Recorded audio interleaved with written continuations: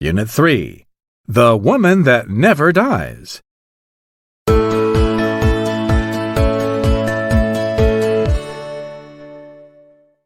Read about it.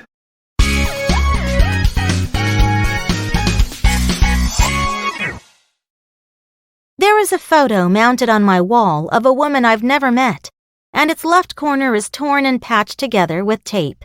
It's the late 1940s, and she hasn't yet reached the age of 30.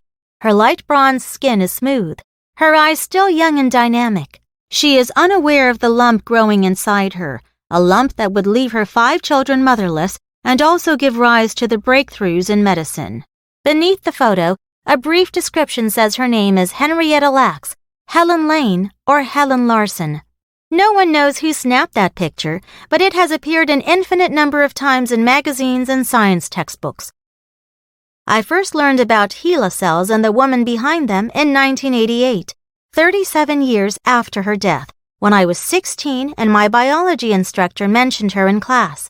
I've spent years gazing at her photo, wondering what kind of life she led and what she would think about her cells living on forever.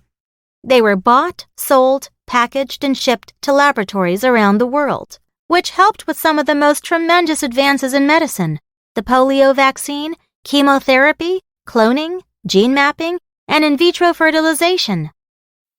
There's no knowing exactly how many of Henrietta's cells are alive today. One scientist estimates that if we could pile all of the HeLa cells ever grown onto a scale, they'd weigh more than 50 billion kilograms. Another scientist calculated that if we could lay all of the HeLa cells ever grown end to end, they'd wrap around the Earth at least 3 times, which spanned more than 350 million feet. Henrietta died in 1951 from cervical cancer. Before she passed away, though, a surgeon took samples of her lump and put them in a petri dish regardless of the absence of her consent. Scientists had been trying to keep human cells alive in culture for decades, but they all finally died. Henrietta's were different. Her cells reproduced an entire generation every 24 hours, and they never halted. They became the first immortal human cells ever grown in a laboratory. Henrietta's cells have now been living outside her body far longer than they ever lived inside. Many people believe that they were one of the most notable discoveries in medicine in the last 100 years. However, little did they know about the woman. Years later, I eventually traced a few magazine articles about her from the 70s. Ebony quoted Henrietta's husband. "All I remember is that she had this disease, and right after she died, they called me in the office, sounding eager to get my permission to take a sample of some kind.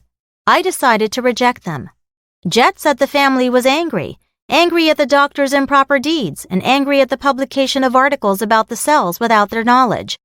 The family felt that they were exploited and that they were suffering a nightmare."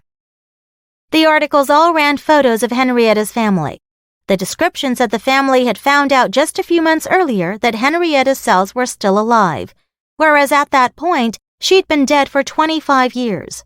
Then, I hit on the idea of writing a book that was a biography of both the cells and the woman they came from. Someone's daughter, wife, and mother.